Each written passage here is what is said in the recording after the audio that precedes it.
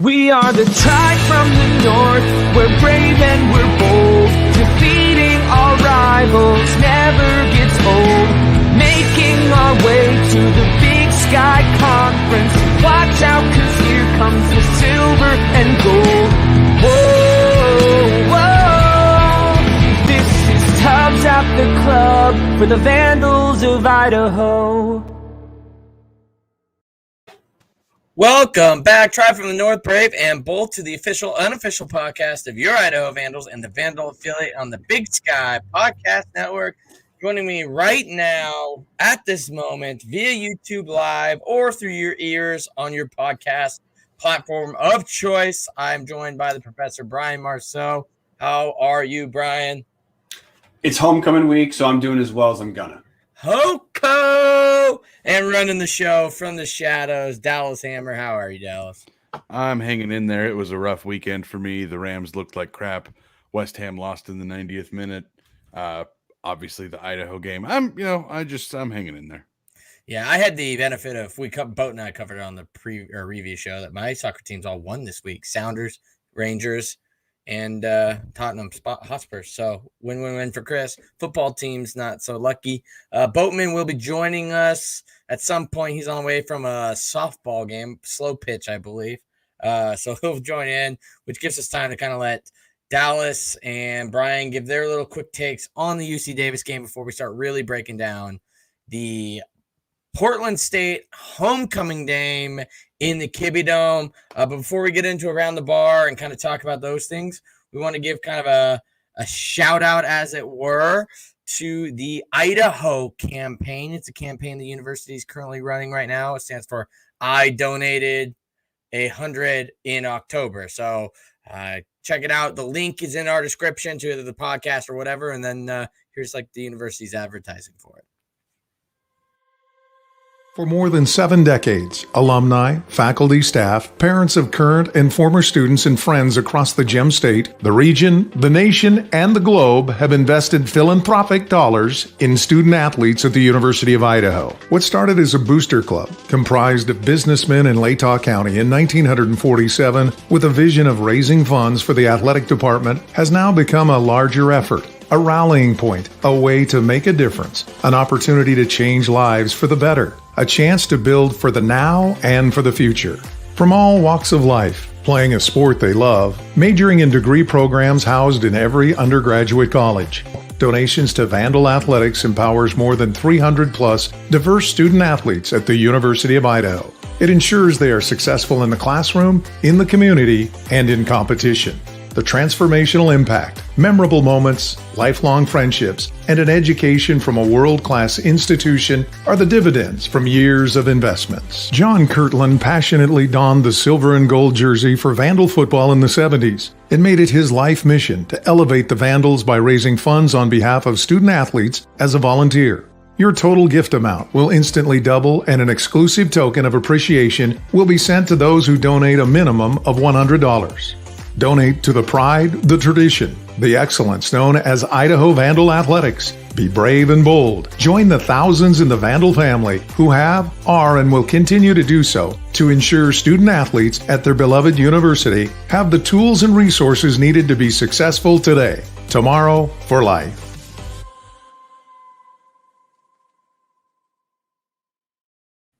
All right, so that is brought to you by the Vandal Scholarship Fund. You can check it out, like I said, in the link in the description, or go to youandigive.uidaho.edu. It just launched today, guys. They're already 9% of their way towards their $30,000 goal. So if you can, head on over, donate $100. It goes to a great cause like you just heard about. But let's get into Around the Bar and talk about something that was a little bit less of a great cause. Our performance at UC Davis. Well, depending. You two actually surprisingly sounded more like the optimists, and Bowman and I sound more like the pessimists after this game. So give us your guys' spin on this. Brian, start with you. Yeah, I would understand listeners being a little bit surprised if I do sound like the optimist, but I saw a lot of positives for Idaho. Like, brain dead thing, if we're not going to score more than 20 points, we're just going to lose football games. We've talked about that for 3 seasons. But Idaho put up 400 487 yards in that game. Now, we've only played one game. We outgained UC Davis by 100 yards. But if we average 487 yards per game, like right now, that would put us as the 4th best total offense in the league. That's a big step up. We have to capitalize. And another thing we know, we saw this game, Idaho led for a good amount and ended up losing. Paul Petrino teams, we've seen this before. I wish Boatman were here because he experienced this. Petrino's just not known for second half adjustments. He often gets outcoached in the second half. That's not new. So if Idaho's going to win, usually we need a relatively comfortable lead heading into the second half to be able to kind of lose that cushion. We didn't have it, so we lost. But UC Davis is a good team. That's the type of team where if we don't have a good cushion, it should shock no one that they come back. So obviously disappointed. Don't like when I feel like our team got outcoached. But Beaudry looks great for Beaudry. If he's that accurate, that's fantastic. Therese Trainer, wide receiver, looks very, very good at wide out, both size and speed. Honestly, if you don't think we're a top 5 team, like most of us think Idaho's kind of a mid-level conference team, that was a nice showing. If we have showings like that against about half our conference, if we have showings like that every game throughout the conference season, we're gonna win at least half our games. Dallas? Yeah, I'm going to have some negative points here. So anybody listening to this that has sensitive ears or children in the vehicle or room, be careful. This is going to get profane. Let's try to keep the E off this episode. It's homecoming week. We'll keep the F's to a minimum. We'll at least go that far. This game was thrilling as a fan and also devastating as a fan. Talent-wise, it looks like this team could compete with just about anybody in the Big Sky. Brian hit on most of the points.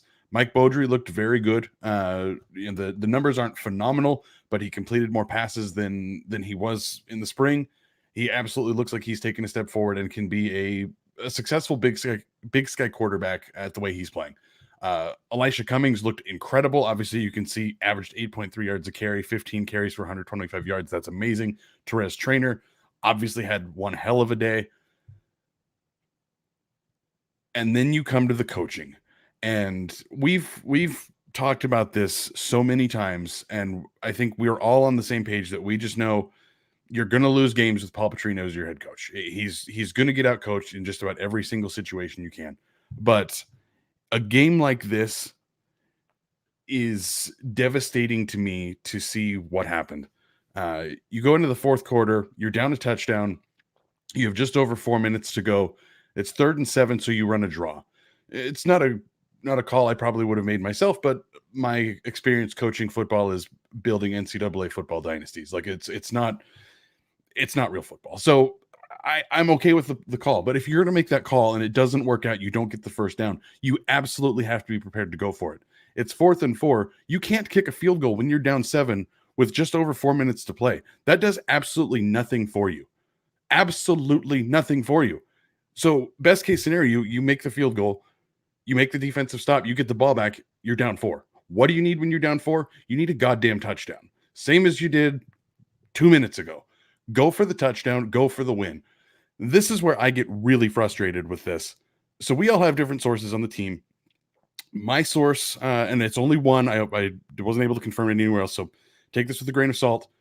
Supposedly, Petrino ripped on the players after the game for their lack of effort is the reason that they lost this game. It was on the players for messing things up. I think that's bullshit, and I am so sick of this asshole in charge. I cannot believe you're going to rip on these players when you're the person making mistakes. You're the guy who screwed the pooch at the end of this game. Yeah, you decided you needed the points. Great. That did nothing for you. You trotted out a special teams unit that frankly has been pretty poor. Punting has looked great. Caleb Lightbourne has a leg. Prescott hasn't. Obviously missed a field goal before. We've had a bunch of kicks blocked. Special teams is just not flowing right now. It drives me mad to see that this angry man in charge is going to blame the players for something like this when at the end of the day, you did not put them in a position to succeed. And I'm sick of it.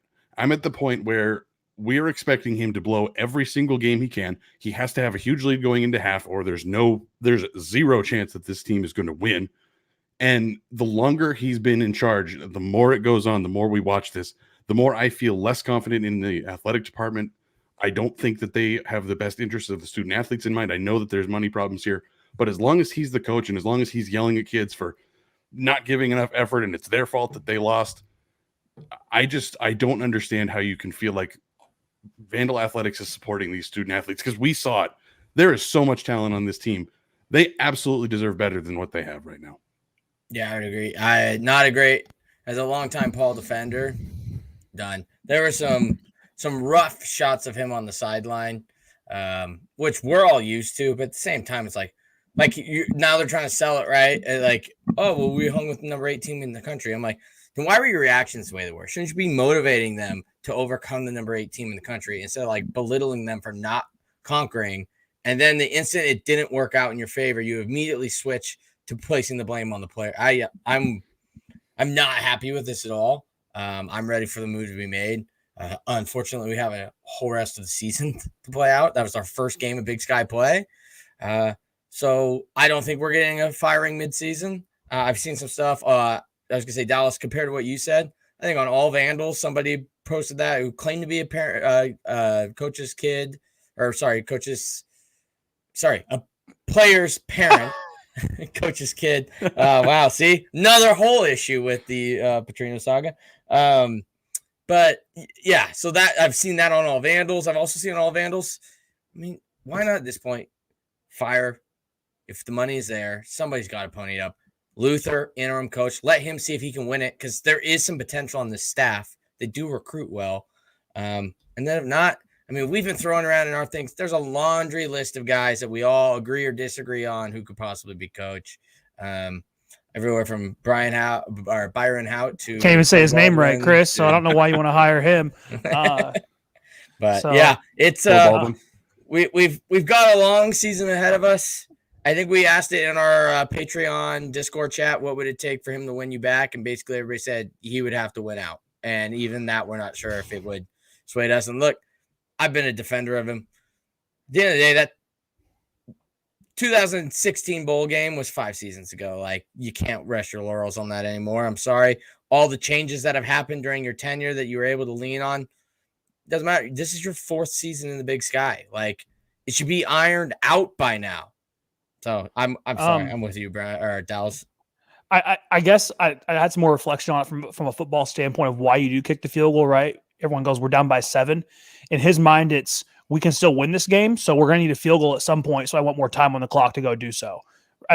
From a coach perspective, that's a route you do take sometimes. Is, hey, at some point we are going to need a field goal, right? We're going to need more than 7 points to win this game. So I mean, not I'm just playing a little devil's advocate, right? Like, that's a coaching philosophy and time management. Is if I kick a field goal here, I get X more time to maybe try to go get a touchdown, right? Like, if in theory our guys block, right, we score that field goal, we're down 4, we get the ball back with 2 minutes left to go win the game. That's a good position to be in. So I mean, that's the thought, right? We need to go execute the philosophy with blocking. I just want to play a little devil's advocate, just to bring a little spice to the show. It's not just cut and dry, right? Yeah. In terms of what's right and what's wrong. UC Davis's first 7 points came off of us going for it in our own territory. Yeah, with less yards to go. I get, but like we already proved we were going to go for it on 4th down, and the game wasn't even on the line at that part. We've been doing that for it let UC Davis into the game. Like, we've been doing that for 9 years. Coaching decisions were absolutely from literally the first quarter to literally 0-0-0 bonkers. I guess I will say, like, we've kind of all agreed upon this in the chat, and I think I feel like we've even pulled Brian into a more glass half full take, as this team does have the talent to have we almost kind of agree the floor of this team moving forward should be 5 wins. Like, that's the floor, right? Like, I think we're all going to be disappointed at this point if we don't see 5 wins.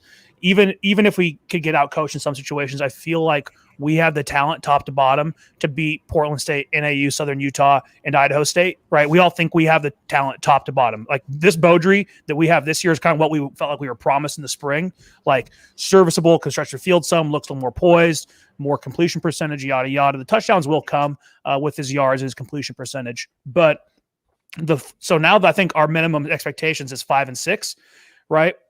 Most of us then think we can snag a win here from one of those other, supposed top 5 teams in the Big Sky. We just got a crappy schedule this year, guys. Like, there's not much we can do about it. We're not UC Davis blessed with a schedule. We're not, Eastern blessed, where even though you play tough teams, you have to play them all at home, right? Like, we got the worst schedule in the Big Sky.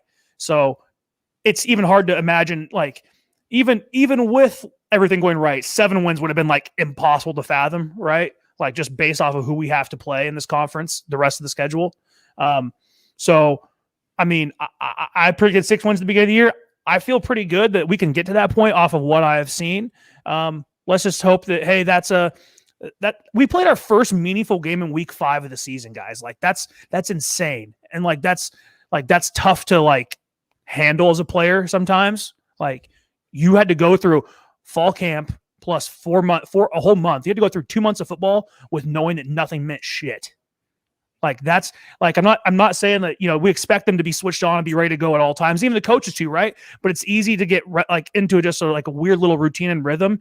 And then all of a sudden we got punched in the mouth and we had to go, oh crap, like this is actually a real game that matters and we actually can compete in.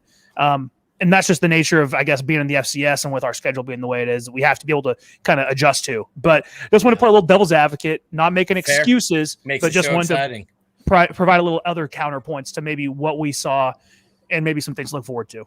Yeah. All right. Let's move on to homecoming week because we already spent way too much time on this for what we've trying to keep our show outlines to.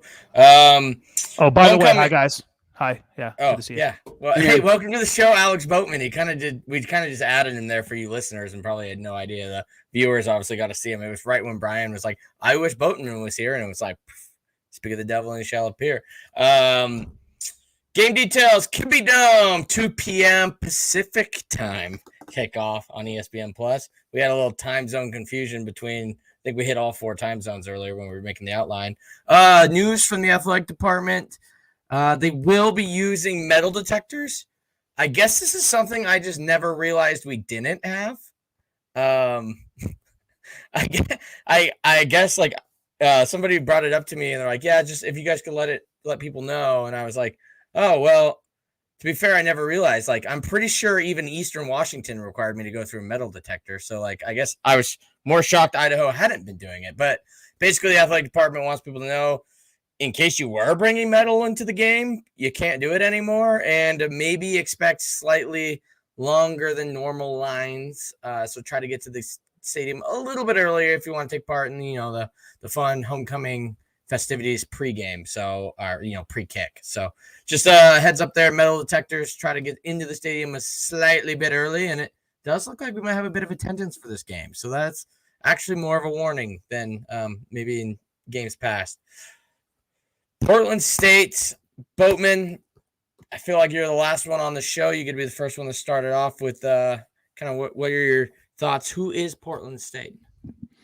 Yeah, Portland State's an interesting team to me. I'm going to use the word frisky to describe Portland State. Not top 5? At Coulter Nuanez, Portland State is a top 5 team in the Big Sky. No, I mean, so their last few games have been pretty interesting. They've played our neighbors to the west, Washington State, lost there by 20. They first started the year off in Hawaii. The island test is always an interesting one. A little closer, 49-35. That's a pretty close game. That's their most points scored on the year, actually, was against Hawaii, who actually just beat Fresno State, right? And what's your image of Fresno State? Maybe the best team in the Mountain West. So kind of an interesting little place to start out there. But their last 3, they haven't scored more than 21 points in their last 3 games, which I think bodes well for the Vandals. Came off a road win at Southern Utah, going to Cedar City, the tough environment of Cedar City. And before that, they hosted Montana State and kind of gave them a game for 3 quarters, which, I mean, A, I don't think Montana State's as good as people think they are. And B, I think it shows that Portland State has some fight in them. So I kind of view them as a pretty interesting team. Their quarterback, Davis Alexander, can run, can throw, can provide a little spark. And we all know that Bruce Barnum is a dude who stands by his word and pays when he needs to. Do you think he would, like, if we wore Portland State shirts to the Kibbie Dome, he would cover our beer tab? Could we trick him into that? Maybe offer him some Dots pretzels in exchange? What's his Twitter? Does he have a Twitter? Can we tweet at him? He has to. If not, just tweet Bobby Houck. They're like best friends. Colton Nuanez, he probably has his number too. Speed dial. Brian Marceau. Oh, or Dallas. Yes, go ahead. Bruce Barnum does have a Twitter account. Is it Barney Ball? No, it's even better. It's Coach Barnum 69. No, it's not. Is that real, or is that like Idaho Vandal Paul Petrino? Absolutely real. It's the one that tweeted out the receipt. It is at Coach Barnum 69.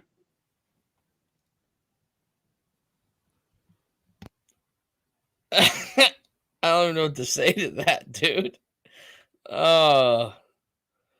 Over under, does Idaho drink more than $14,448 worth of beer this weekend? Yes. Like probably you double.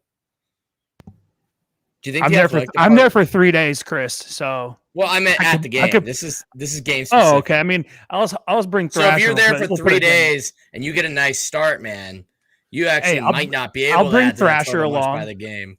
I'll bring Thrasher along, and we'll know he'll probably cut into most of it by himself anyway.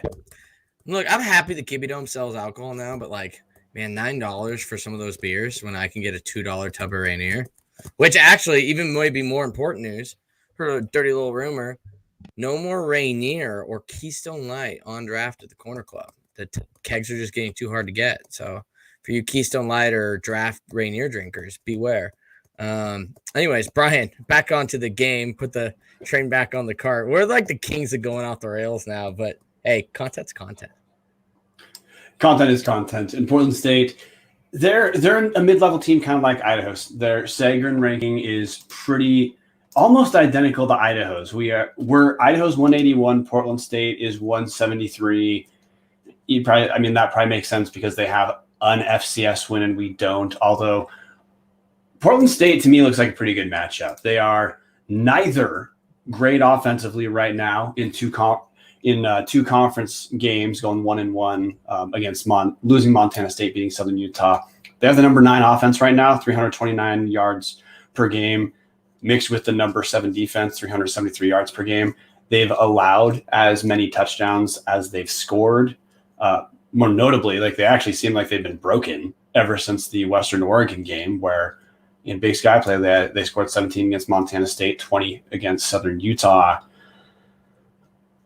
Honestly, heading after our out-of-conference schedule, I was terrified Idaho was in trouble, but this looks like the kind of team that we should be happy that we have at homecoming. Because if Idaho's struggling to score, playing a team averaging less than 20 points a game against FCS teams, that sounds like a pretty nice setup for us, even though Portland State is not terrible. We know they're not terrible. They just went to Southern Utah and won. But we picked Portland State to be not great in the preseason poll. And I got to say, I feel like we're a little off, but we weren't that far off. I mean, I'm pretty sure they're top 5. When you look at the offensive production of this team, top 5 is absolutely it. If your quarterback goes 18 to 23, 151 yards and an interception, that is terrifyingly talented there. So I mean, I'm about to jump the shark. I'm looking at my poll. I put them at 13. Jeez, Chris. That's why when wrong. Culture was on, Chris, I gave you the 13th pick because I had the Cal Poly shirt on. Yeah, so we've joked about we love Colton Nuanez. We've joked about that take forever. That's why I put you first, was for the fireworks. Sorry, Alex. I say, I mean, if I had to like kind of break some teams up into like sectors or where they'd be at in tiers, if I had to tier teams, I would kind of put us, Portland State and Sacramento State, in a outside the top 2 tiers of the conference kind of thing, like 6 through 8 range, or like a 6 through 9. Then why? 6 through 9. Because like I say, Northern Arizona is ahead of us in the Big Sky Podcast Network. It's just because they beat Arizona, Chris, and they also just took care of Idaho State with no Tyler Vanderwall. So like they have 2.5 wins. We have none or half. So if you think about it, right? But like head to head, I spent some time on versus today, kind of tiering our matchups, and yeah, we would take care of all 3 of these teams below us on our schedule. Left or 4, I get 3 or 4. So I would agree with that take though. There are three distinct tiers in this conference. I would say tier 1, obviously the top 5. That does not include Portland State. The mid tier, which does include Portland State, us, NAU, which even that like it's kind of flirty, right? Like I don't know Yeah. if NAU actually deserves Right. to be there. Kind of like I also Weber dangerously close to falling into like their own tier of like tier 2. They're not mid tier, but they aren't really in that. I mean, if they lose one more game, they might be out of the playoffs. So like they can't really be considered top 5. But I don't know. We'll see. Interesting take though. So preview to everybody. Sorry, Alex, were you done? I kind of interrupted you there. Yeah, no, I mean that's pretty much it. Like I think I kind of put us in Portland State in kind of similar-ish tier, and like I guess on versus today it made us 6.5 home point favorites. So I mean to kind of that was a question for later that I was not willing to bet that was going to be the answer. It values home field advantage. And I'll get to Idaho later, but yeah. So I mean, it values us. It says we're pretty similar-ish teams, but we're at home. So ride with that's what it kind of says. So I think we should be about a few points. I'd make us about 3 to 4 point favorites probably if I was to make the line here. Yeah, my answer real quick to who is Portland State. Preview to you types of the club listeners to my Big Sky Podcast Network kind of power rankings piece I do. I haven't hit publish yet because I'm trying to make sure I actually do spell check because I get roasted for that. Basically, it says to anyone that loves Sac State, this is actually it's because Portland State got 7. I was like, I think Portland State is actually what everybody else in the Big Sky Podcast Network thinks Sac State is. Quarterback Davis Alexander is number 2 in yards, number 4 in touchdowns. Running back Malik Walker is number 7 in yards. Sac State doesn't even have a running back on the list. He's also number 2 in touchdowns. Wide receiver Bo Kelly is number 4 in yards, number 2 in catches, and number 1 in touchdowns. While wide receiver Nate Bennett is number 6 in yards, number 4 in catches, and number 2 in touchdowns. So Portland State actually has a frisky ass offense. So luckily we have a pretty stingy ass defense. So I don't think it'll be too big of a problem. But I mean, at the end of the day, Davis Alexander, probably maybe a top 3 quarterback in the Big Sky. They're big name guys that, Colter Nuanez really liked, like Daryn Chase, who was the guy at Union before CJ Jordan, transferring from Nebraska, had offers from Boise State, Utah, Nevada, Oregon, etc. 1 catch, 7 yards in the last game. Hasn't really put together a good season. Maybe having a little bit of that Noah Ellis when we first brought him in, where it's going to take him 1 or 2 seasons to really get his feet under him, which is probably why he's transferring from Nebraska. But all in all, Portland State right now is the 7th ranked team in the Big Sky Podcast Network power rankings, and Idaho is 9 after being 10 the week before, I believe. Or no, they were 9. But at one point they were like 10 or 11. So like people not a lot of faith in Idaho actually didn't move an inch after having a close game to UC Davis. So Portland State, in theory, in a neutral site game, the Big Sky Podcast Network, people seem to think Portland State would win this game. Any rebuttals before we move on to who Idaho is? I have a quick rebuttal for that. Yeah. Or maybe just more of a general question to you guys. Is Bruce Barnum a better coach than Paul Petrino? No. What this game is going to come down to, Barnum loves to run the ball. If you look at the PSU offense while he's been there, they focus primarily on running the ball. Obviously, Davis Alexander is a great quarterback, but he's good at running the ball. They're built about running the ball. What does Idaho do really well? Stop the run. What's Idaho's weakness? The secondary. Sorry if anybody in the secondary is listening, but I think we're all pretty on board with that, as that's the weakness of the defense. And to be fair to them, it's less of a weakness than it's been in years past. Absolutely. It has gotten better.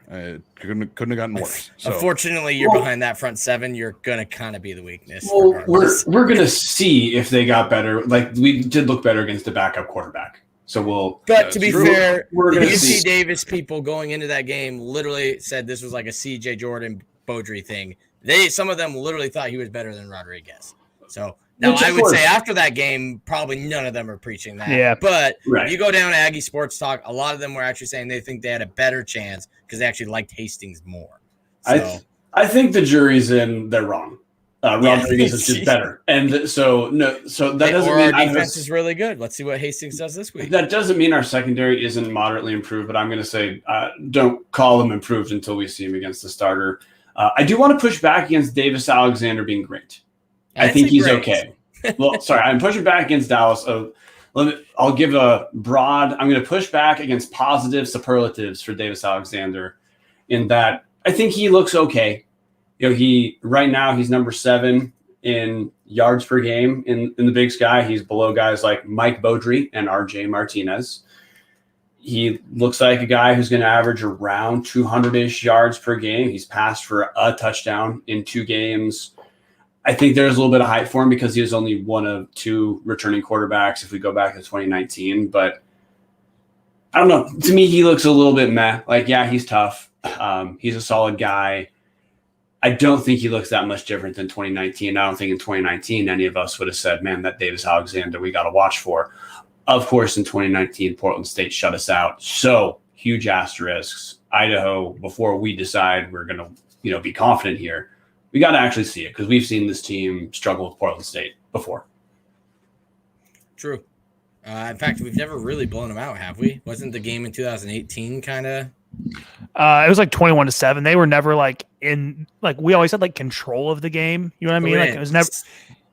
It wasn't a blowout, but it's never felt like we were ever going to lose the game. Does that make sense? Yeah. We just always felt when you said that, that's how I kind of remembered it. Kind of like the Southern Utah game, I think was that 20-7. Yeah. It was just we had the game. Our defense just completely shut them down that day.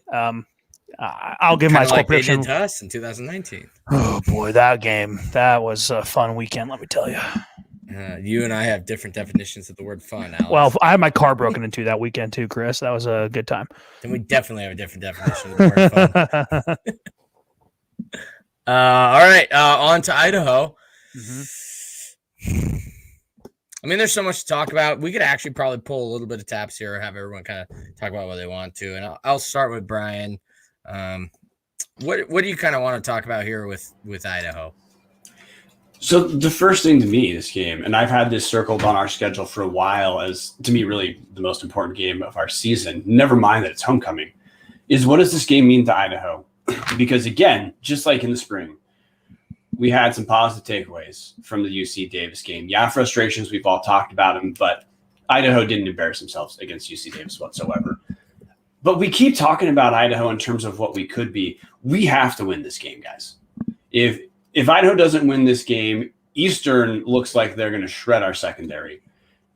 We have Montana after that. If Idaho doesn't come away with this game, it is truly on the table that we don't win a game until about October 30th, which I'm not saying I'm going to bet on that, but to keep the confidence of the team, to keep the confidence of the fan base, this game, even though Portland State's not a marquee team in the Big Sky, no one is going to accuse them of that.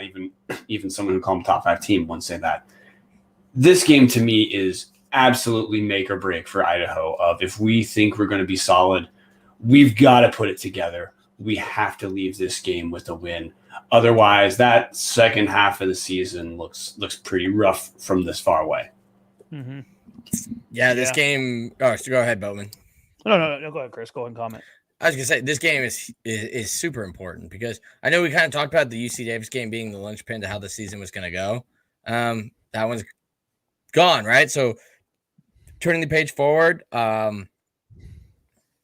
this is the new linchpin. And I know it's like, oh, you could say that about every new game. Nope, because if you can't beat Portland State, who is one of those middle tier teams, I think we'd all agree we probably will beat NAU at home. We'll probably beat Southern Utah at home. And who the F knows about Idaho State on the road? And we'll maybe sneak up on Montana State, but highly unlikely. This game officially becomes are we the best mid-tier team? Because I kind of touched on this with Boatman in the review show, and we said it last week. Our role this year is probably playoff spoiler. I'd love to be wrong. I'd love to see us be a playoff last in, but we're probably playoff spoiler. To be a playoff spoiler, it means you're probably just on the outside of being a playoff team. UC Davis was a playoff spoiler in 2019, right? You've got to kind of play that role to then become the playoff team because you got to spoil the playoffs for somebody else. If you can't beat Portland State, you're not the playoff spoiler. Portland State is the playoff spoiler. That's the team that people are going to be like, I really don't want to see them in Hillsboro, or, we get top-ranked Montana State, and then the next week we have Portland State coming to our house. That could be a trap game. So this is incredibly important because you almost need to make a statement to Boatman said, those middle tier teams, whether you include NAU or whoever, we are the middle tier team that, with different coaching or another year under our belt, could possibly be a playoff team next year.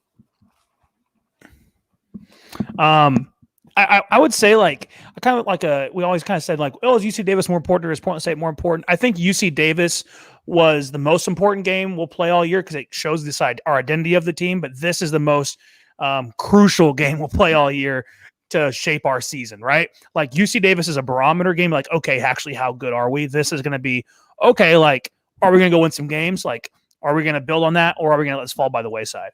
So I mean, I'll finish that up and then throw it to Dallas before I pull my next tap. Yeah, I couldn't agree more with that take, Boat, because Chris, like you said, I think playoff spoiler is the peak of this team. If they can beat Portland State, especially if they look convincing doing it, then okay, you've got a shot to be competitive against Eastern, Montana State. You have a chance to maybe knock off one of those guys and ruin somebody's season. If you lose to Portland State, looking at this schedule, you're probably going to get pantsed by Eastern. Montana's probably going to be a bloodbath. Then you're looking at NAU and SUU as your last two games to make a positive spin on the season. And those teams might be in the same realm as Idaho, as that weird middle tier of they kind of suck, but they kind of don't sometimes. And there's a legitimate chance of loss until the middle or end of November. And that ruins the season. Or like 4 or 5 wins. Like who knows? Yeah, we got a nice little home stretch, here to close out the year, but we need momentum. Well, and that's what we took away from the spring, guys, is Idaho goes 2-4, could easily have gone 0-6 or 5-1. But at some point, if Idaho's going to be okay, like we have to quit living in this world of like, but if these things happen, we have to quit seeing the potential of our talent. We have to capitalize. And if we aren't able to capitalize against Portland State, like Chris said, who are we going to be able to capitalize against? Right. I guess for the next tap, I'm surprised we made it this far, guys. We're now just starting to talk about quarterback play for the most part here. Obviously, CJ, we saw him start the game, and then all of a sudden we're like, where the hell's CJ at? Middle of the way through the first quarter, I start looking on the sideline. I finally see him hurt. First drive. It was the first 3 plays he got hurt. But it's like we saw him the first drive, first 3 plays, and we don't see him again. It's like, why is he playing quarterback roulette? What's he doing? I thought he had a guy, right? Like he's quarterback roulette again. And then we're like, wait a minute. I think CJ's hurt. Look on the sideline. I see him no shoulder pads. See him in the second half, street clothes. Coach Petrino today said he is hurt and out for a few weeks. Multiple of us have heard it's a shoulder. I don't know which shoulder. It's an AC joint. That typically can go 2 to 6 weeks. It just kind of depends on severe, which one it is, treatment, recovery. So, I would just assume 4 weeks. We're not going to see him pretty much the month of October. We're not going to see him well until what would that be? What's this game on November 6th? What would that Southern be? Utah. Southern Utah might be the earliest we'd see him. Montana State. At that point, if you bought a ticket this year to go watch CJ Jordan, you better sell it. He is not playing a home game this year. And so at that point it goes into, do we redshirt CJ? I guess you just wait and see where we're at the year and see how Mike's doing. But to kind of piggyback on that, kind of everything I said that I wanted to see Mike do, I feel like I've seen him do so far in that first game against UC Davis. He lost the job, and that didn't faze him. He went out there and probably had his best Big Sky game we've seen to date. And that includes a win versus Eastern Washington, right? Jalen Hurts. That includes a really close game versus UC Davis in which he had no offensive line blocking for him last spring. So, I would love to see Mike. If Mike continues this, guys, we're in a good spot. I feel okay about quarterback play. This is the quarterback situation. Quarterback we were promised in the sense that this guy can throw the ball. He's serviceable. He makes okay decisions. He ran the ball well. I don't know what your guys' thoughts are on what we're going to see. If we're going to see CJ again, if we're okay seeing Mike the rest of the year, and not to throw another wrench in the thing. Last night I saw Zach Borish on game day versus UC Davis. They showed the shot of him limping off the field. Never saw him again. So I don't know the injury report on that. I haven't heard that he's hurt. I haven't heard anything on that. But let's just pray that #let Borish throw is going to be A-okay. Because if we're not going to have CJ, having Borish to go run those running plays occasionally and mixing it up a little bit is still good to have. And we did see CJ and Borish on the same play, which Borish scored the 70-yard touchdown. We also saw Borish and Mike on the same play, and Mike lined up at running back, and they did a little read option. So I don't know how many teams are going to buy that, but still, like we saw a little wrinkle that I wanted to see going into these games of multiple quarterbacks on the field at the same time with a read option. I kind of went long there, but I just want to know what your guys' thoughts are on our quarterback situation. I personally love the Paul Petrino creativity there of like, because he originally, if you watch that play where Borish scored the touchdown, CJ lined up at quarterback. They shifted, which I think got the defense like, what? Like just enough to where they're like, wait, do I still have the same cut? And they snapped the ball, read option, great fake by Jordan. It appears maybe that's why they ran that play originally, was because Jordan was hurt, because he did not come on after that play, unless it was the same play with Mike later with the shift. He did the exact same play later. And then it was like stupid because I don't know. He might have got hurt the first play of the second drive because UC Davis had terrible production quality, and they literally were hot miking and filming the crowd going, "Wow, there's a lot of empty seats over there," while the play was going on. But so it might have been that first play. I don't know who took the quarterback snap for the first play of the second drive, but after that it was Borish, and then it was Beaudry. So CJ Jordan didn't come in after that. Beaudry has proven he could be the guy. And that's where I'm sorry. I'm the guy who's been telling people when we signed this kid that CJ Jordan is going to be the kid. And I feel bad being the guy who keeps telling people just to wait, be patient. Good things will come to those who are patient. He's played his 4 games. Just use the red shirt, man. Like we said, best case scenario, it's 2 weeks, so you're back at Montana. Is that really the type of game you want to throw somebody in who's really not had that much playing time this year against that defense? Hell no. And at that point, like Beaudry should probably have just earned the job, especially if he doesn't. It's because we lost to Portland State or Eastern, and the season is kind of meh anyways. Save him because next year he's a freshman. I mean, obviously make sure he's okay with it because last time we wanted him to transfer. If it's him saying, hell no, I will transfer, then yeah, you don't redshirt him. But if he's okay with it, like at this point, our best case scenario is getting back with Southern Utah. Worst case scenario, the whole like Montana State. There's no reason to put him back in. Like at this point, we have 1, 2, 3, 4, 5, 6, 7 games left. Giovanni McCoy has 4 freaking games he can play. Nate Cisco has 4 freaking games he can play. If quarterback depth is an issue and you need that third string guy, we have guys on this depth chart. Like there's no reason, in my opinion now, to risk Jordan going forward. We just roll in. He is the guy fall 2022. That's my opinion at this point. Brian? To keep it more narrow to the game that we're going to see, Portland State just looked all right against Justin Miller, who I think Justin Miller is probably a fair comparison right now to Beaudry, in that it's not that Beaudry can't. Beaudry did look better against UC Davis going. They had a good duel the last spring, Miller and Beaudry, in the dome, right? So actually, it was CJ Jordan. Beaudry, Sorry, that was actually right. CJ. Beaudry didn't play that game, but Justin Miller, they're similar styles right now in that they're hitting short yardage pretty well, pretty accurately. Doesn't mean they can't go deep, but going deep is certainly not the calling card for either player right now. And Portland State just looked okay. They limited Justin Miller to below 200 yards. And I also think a big question for us is going to be the offensive line, because I think UC Davis certainly cracked the code of what to do against Idaho, which is blitz the hell out of the quarterback. And that was when we saw Beaudry start throwing, and I know this is play calling, but second half when Beaudry had the pretty intense pressure from UC Davis, we started seeing predictable short passes. UC Davis starts sitting on short passes. They certainly could have had a couple more picks than they did, which is, I mean, that's not a put down to Beaudry. When you have no time, it's just tough. So I expect Portland State's probably going to be doing that against Idaho. So the question on Beaudry is how the line holds up. But also minor thing just for going forward, Beaudry hasn't played a full season. I don't know if he's ever made it through a full season college football. So I wouldn't be shocked if we have a Zach Borish game coming up into the future, because if we all talk about the idea if CJ's out for a while, probably redshirt. We'll see if that happens.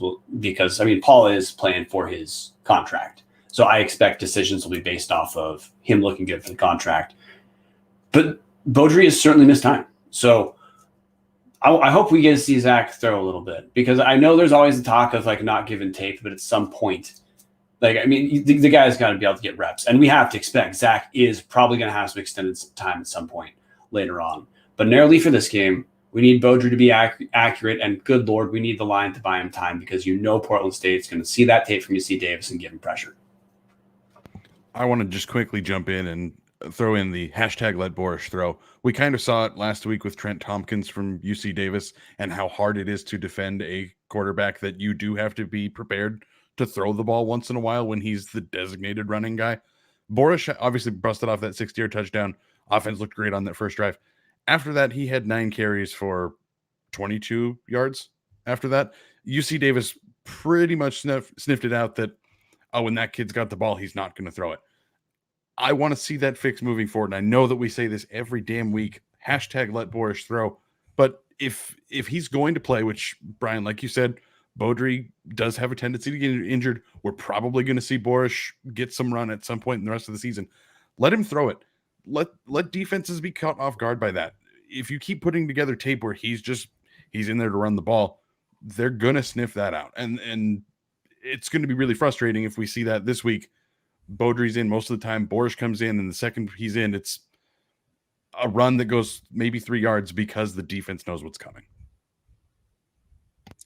So the last time Mike Beaudry played a full season without missing a game, do you know what happened? They won a D2 national title at West Florida. Yeah, played and what's their 14 games, ended up throwing 29 touchdowns. And what's their mascot? Does anyone know? The Argonauts. Oh, coincidence? I think not.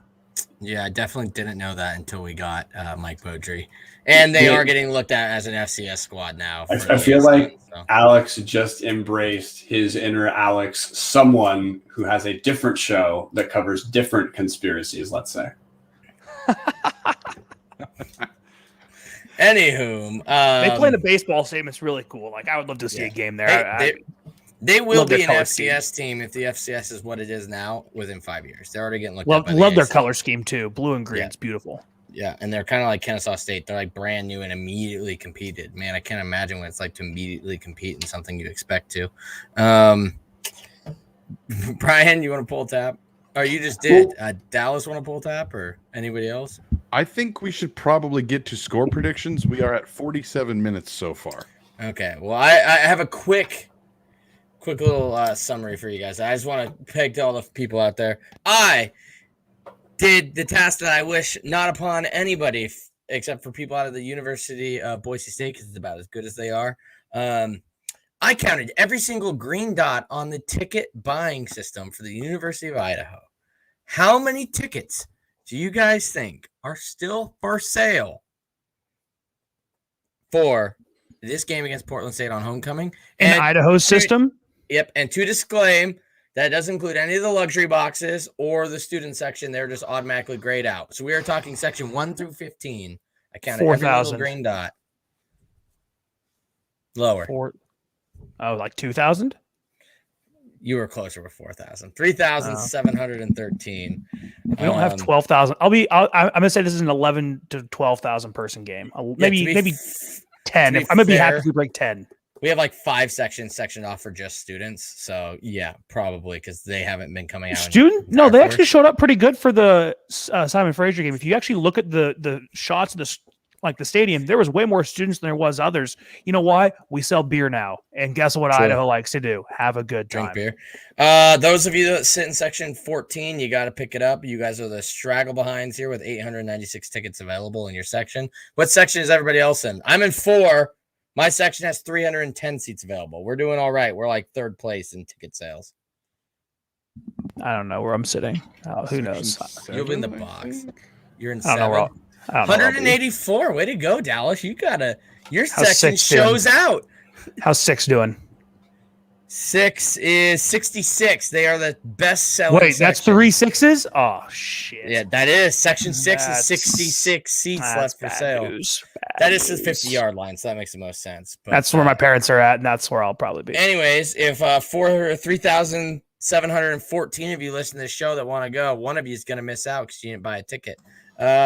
Anyways, go buy tickets. It's homecoming. We're opening the arena. Solid plugs. Homecoming's always a blast. Just do it. Go to the game. All right, into score predictions. I'll go first. Guys, this is just typical Idaho. Those who don't learn from the past are doomed to repeat it. I know this is slightly different. We didn't have the top 25 upset win at home and then a road game to follow, aka Northern Colorado 2018, and then 2019. Who did we lose to Eastern after? Anyways, UC Davis. But 21-20 Idaho. I actually think this game is not going to be super pretty. I think we still win it because I think we're the better team. I do think Paul Petrino is a better coach than Bruce Barnum. But 21-20, I think this is like ugly, and you get a lot of people walking away from the dome like, ugh. Next up, Boatman. Yeah, I guess like should Idaho be the favorite? Yeah, versus makes us a 4-point neutral field favorite. Throwing about an extra 3 points for home field advantage makes us about a 7-point favorite according to Versus. It says 29-23 on that. Idaho is 8-4 at home versus Big Sky teams under Paul Petrino. Only 4 losses are UC Davis in the spring, which like we controlled that game until the fourth quarter. Montana in 2018, which great team. Weber State by 6 points somehow in 2019. And then Sac State in 2019, they killed us at home, but that was the year they were a seeded team. Our 4 losses are to really good teams. We have not lost to a team that is okay to bad in the Big Sky. 8-4.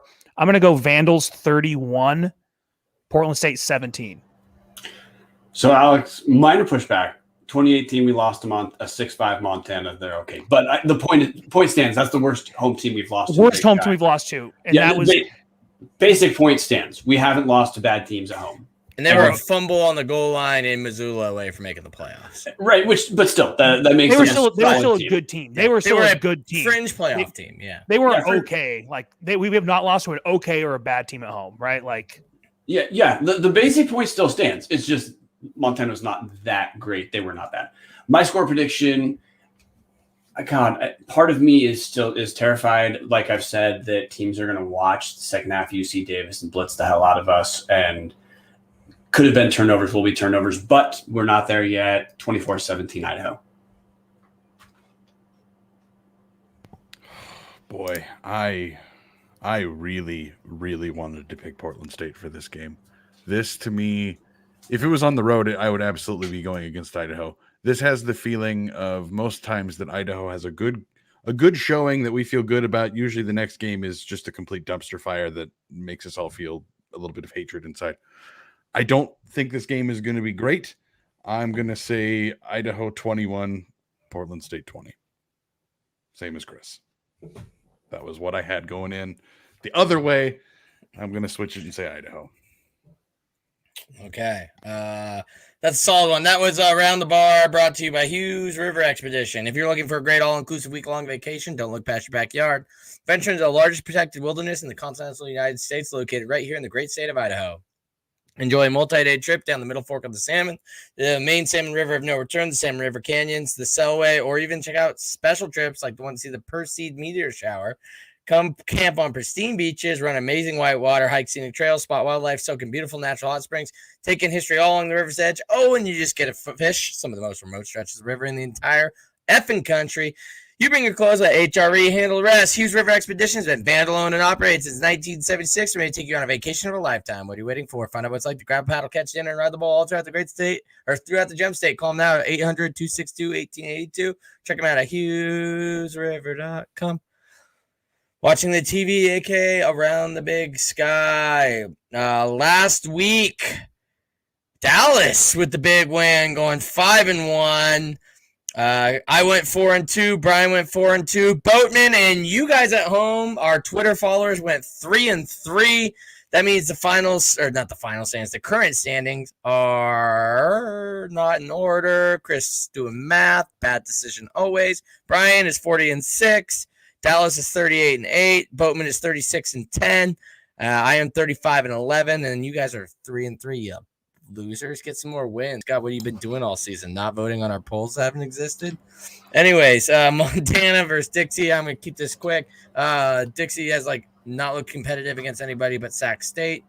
Montana's a shit ton better than Sac State, Montana.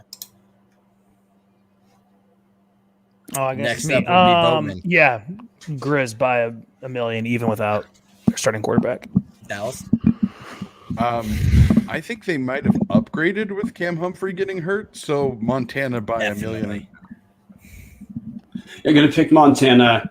We covered it. Cam Humphrey went down against Eastern Washington. Honestly, the Eastern Montana game over the weekend was wild, one of the best football games I've ever seen. Montana's defense was great, but still gave up 538 yards to Eastern. They're gonna recalibrate. They're only giving up 2.1 yards per rush. Dixie doesn't have a chance. Montana. Eastern at Northern Colorado. Look, Eastern is going to win this game. Talk about a trap game like we got UC Davis last week. I think maybe this game closer than probably what the spread is going to be. But I still think Eastern wins. Maybe one of those where it's competitive at halftime, and then Eric Barrier does Barrier things. But just Northern Colorado might hang for a while. That's all I'll say. So you're saying it's the exact opposite of Western Illinois? Yes, exactly. I mean, Opposite they're gonna win. I think it's just more of a question of by like how much they're gonna win by. So yeah, I mean, I'm gonna go Eastern. Eastern on the road in Greeley. No more long grass. Yeah. Oh man, 51-18 according to Versus. I'm doing these on Versus. I'm curious. I'm just looking at the score. That's an ugly score. 51-18. Yeah, I've got to go Eastern huge here. Right now, they're the best team in the Big Sky.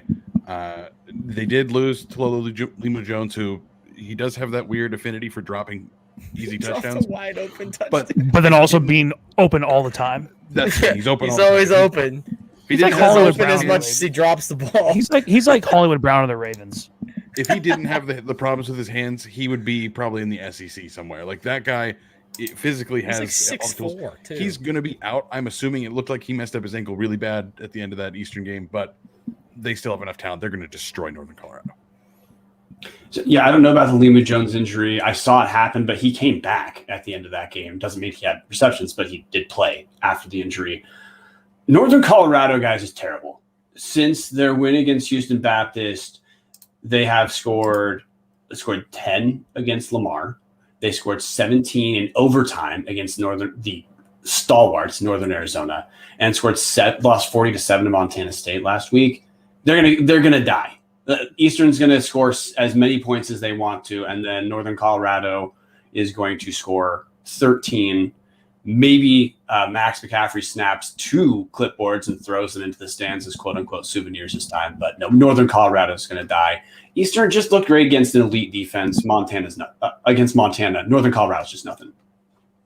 UC Davis and Idaho Davis. Versus makes this like a 42-17 Davis, which I think it'll be interesting to see what Davis does with their quarterback situation. Like they benched Hastings against us in that fourth quarter. Like he did not see the field the rest of the game. But Rodriguez was concussion protocol from what we heard. So yeah, so I mean he dressed but didn't play. So I mean, but also if you're UC Davis, do you trot him out versus Idaho State, who just lost by like 30 to NAU, right?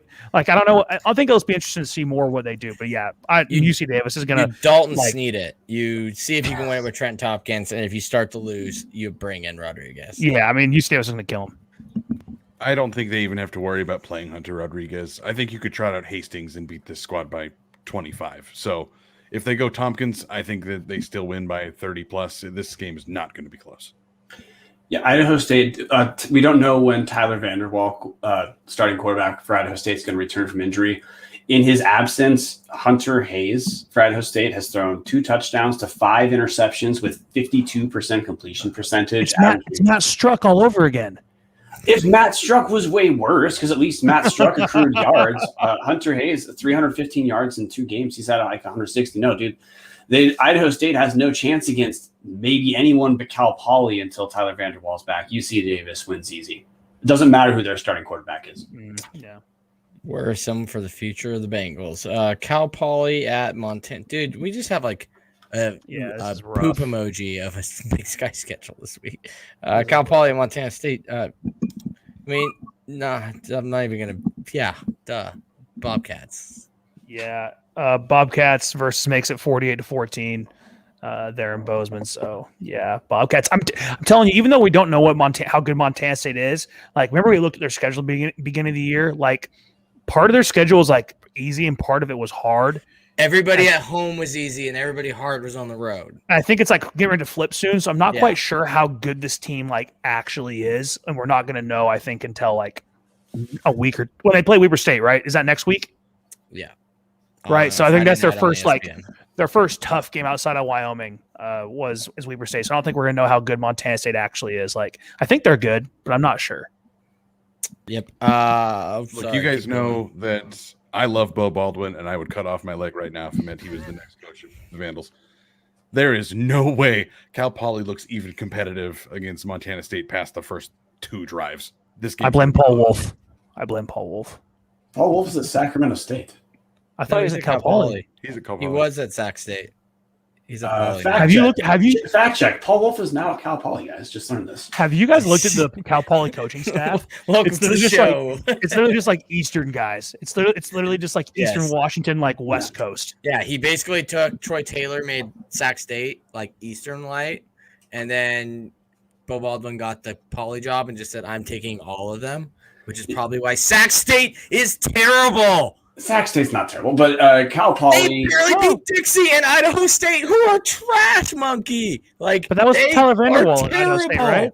They are. They had nothing Tyler triggers me more than Vanderwall. Sac State being good this year. Clearly, no one said they're good. You're just wrong that they're awful. Cal Poly is going to lose by a lot. Now, 2 things. Boatman, I fact checked myself, got to fact check you.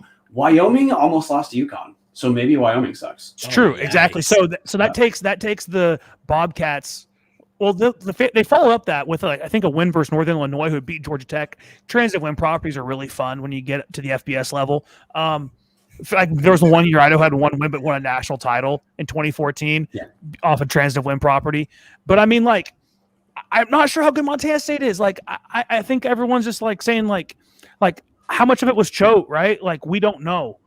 And I don't think we're going to know until the latter part of this year. So what we know is they're not terrible. We know they're at least solid. Bad. And again, they're at least solid. Like that's the a 4. 5th best team. The interesting thing in this game, guys, is going to be the contest between running backs from Montana State, Isaiah Afonso and Elijah Elliott, to see who has the most yards per carry. Afonso leads the league in rushing at 331 in conference play, 331 yards in 2 games. Elijah Elliott 126 yards in 2 games. But otherwise, there's nothing to pay attention to. Montana State rolls.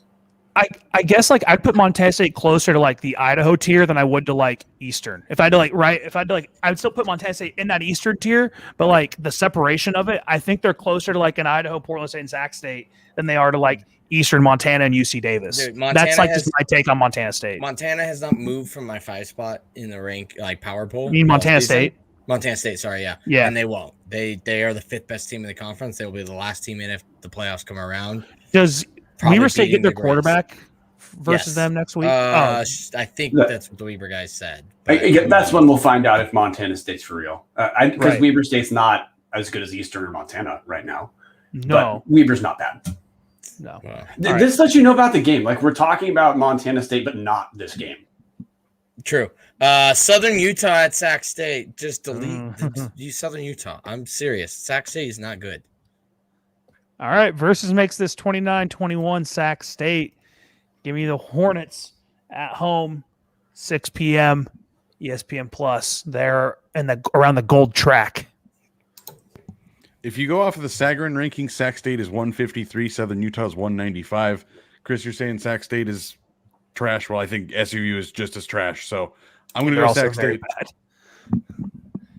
I'm going to go Sacramento State. The reason why I'm okay on Sac State, not like super low, but not high, is defensively they have looked solid. They look like the kind of team that shouldn't face plants against terrible teams. The problem is that they have to score points, which is why they struggled weirdly against Idaho State until Vanderwall was out, because then Hunter Hayes was terrible and gave him great field position. But Sacramento State's going to be close. I still have faith in Justin Miller, but not tonight. I get real quick on a neutral field, Idaho versus Sac State. Any guesses according to versus neutral field?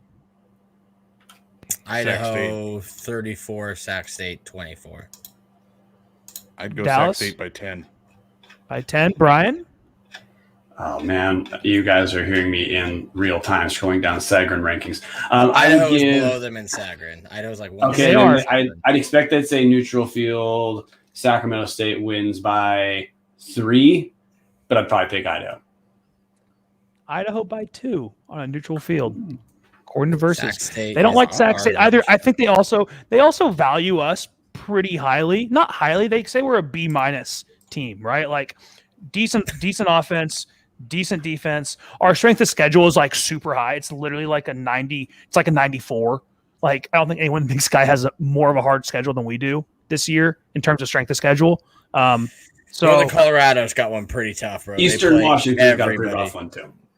Yeah, but I'm saying in terms of it values us on the road more versus UC Davis and at Eastern, right, and at Montana State. They value those pretty high. I mean, not to say it's like end all to be all, but like analytics wise on neutral field, Idaho and Sac, I think we're all pretty spot on. That Idaho, Sac State, Portland State, not that far off if you put us on a neutral field. I think Sac State's way worse. Sac State's in my bottom tier. I'll die on the hill. End of the season, they will be above Idaho State and Cal Poly. We need to spend 10 seconds going over the anomaly of Sac State, that Asher O'Hara transfers from Middle Tennessee State. He's like second team All-American Conference in 2020, and FBS played a regular season that year. And then he comes to Sac State and can't even win the job and doesn't even look like a good Big Sky quarterback. Well, remember, he is the guy who started slightly over a quarterback competition for Weber State's Randall Johnson, who's looked terrible too. I know, but he produced in the FBS, and I'm okay writing off Randall Johnson as like, hey, Jay Hill's just the quarterback whisperer from what we've seen. Like, I mean, Jake Constantine looks good having left. Hey, Jake Constantine.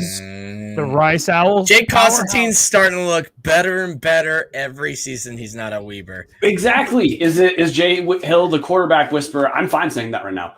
But Asher O'Hara, honestly, I've watched a decent amount of Sac State because I think they're like okay, but I don't think they score well enough to be that exciting. I don't get how he could ever have been good anywhere. He's not better than Jake Dunaway at Sac State. He's certainly not even close, like a top half league quarterback. How could he produce anywhere at FBS? Yeah. Put Sac State at 10 in my preseason rankings. Anyways, we turned a terrible conference slate this week into some great discussion. Yeah, props to us for the content. Seriously, this is a terrible slate. Like this is a terrible slate. We have the closest game. And is Idaho Portland State the game of the week in the Big Sky? It is. No, it is. The Big Sky gave us this because they won All Eyes in Moscow for top 5 Portland State at homecoming. Get that Eastern Washington, Montana trash out of the way the week before on ESPN2. All Eyes in Moscow. Bubbly Barney versus Pissy Petrino. We've got ourselves a matchup. I also don't know if there's a coach in the Big Sky I like less than Bruce Barnum. Did his Twitter handle change your mind, though? No, I think he tries way too hard. Also, like off the record, I mean, we don't make the show about this. He's a COVID denier. We know this from media days, which I put some points against him there. But also, like, Portland State just is not very good every year. And my reaction is more to like media polls thinking they could be okay. They could be good someday. And they're okay, but they're never close to what people expect them to be. They have no future. Recruiting every year, like according to 24/7. If we could kick one team out of the Big Sky and just pick any, I'm counting like, hey, SUU's back in the fold, pick one team. I pick Portland State. I can't make. I have nothing but indifference that is now boiling over to contempt for Portland State. So I'm They're fine. the second best basketball arena now. So Yeah, I mean, kick out Sac State. Like their basketball arena even sucks. You're in Northern Colorado. This is at least funny. Yeah. Can we just trade Sac State for UC Davis as a full member? Seriously, can we just make a swap? Can we? Like, can we ship Sac State to the Big West? Can we ship him to the Big West? Sac State does not belong in the Big Sky. Portland State also has this way of hiring coaches weirdly committed to dumb sports metaphors. Like their basketball coach who made waves in the summer over how he doesn't eat breakfast because he goes to work hungry. Yes. And then Bruce Barnum talks about at media days how he installed swinging doors. Yeah, saloon doors. Because it's going to conquer the Wild West. No, it's like the Portland State handbook for hiring coaches is, hey, let's read business books from 1972. let's take the least interesting message from them that we know doesn't actually mean anything, and let's make that the staple for hiring our guys. Hey, as long as they keep buying the students beer, I don't think anybody cares. Hey, Speaking of hashtag top 5. Speaking of beer, closing the bar. Remember to donate to the I Donate 100 in October campaign. In case you didn't catch, that acronym is Idaho. UNDIGIVE.uidaho.edu. Make sure you are aware that metal detectors at the game, so get in early. Chris, hold on. Yeah. We didn't talk about West Virginia this week. I'm a little sad and disappointed. Like, if only we had someone who brings it up all the time anyway. I made Chris quit. Well, Boatman, it's your show. Chris left, so let's hear Mountaineers. I just had a terrible sports weekend. The Mariners made me the most sad, so I think that's my only take. The Mariners in Idaho made me the most sad, but yeah, West Virginia lost at home too. That was a killer game. You guys want to talk about a quarterback controversy? Let me tell you, our fans want to murder people here. Neil Brown, slightly on the hot seat here. Hashtags Funbelt. All I heard was Neil Brown on the hot seat, and that's how I know that was a waste of my time. Closing the bar. Make sure if you join our Patreon, patreon.com/Tubs of the Club, you get to join our inaugural Discord channel, which I thought, Game Thread went all right. We got Game Threads, regular talk. We're working it out just like you guys, and we're adding other benefits and stuff like that. So patreon.com, we'd appreciate it. Thank you to all our Patreons we do have. I should have the list up. We'll have it next week to read you guys all off because it keeps growing. That's it. Time for Colby Cuff to play us out with the beer or Moscow drinking team song. It's Hoco Week. Let's beat these stupid Vikings. As an idiot student said at Boise State, Vikings are just Vandals with boats. Go Vandals. Go Vandals. Fire Paul. So raise your glass and have a drink with me. Here's to the Vandals in the crowd.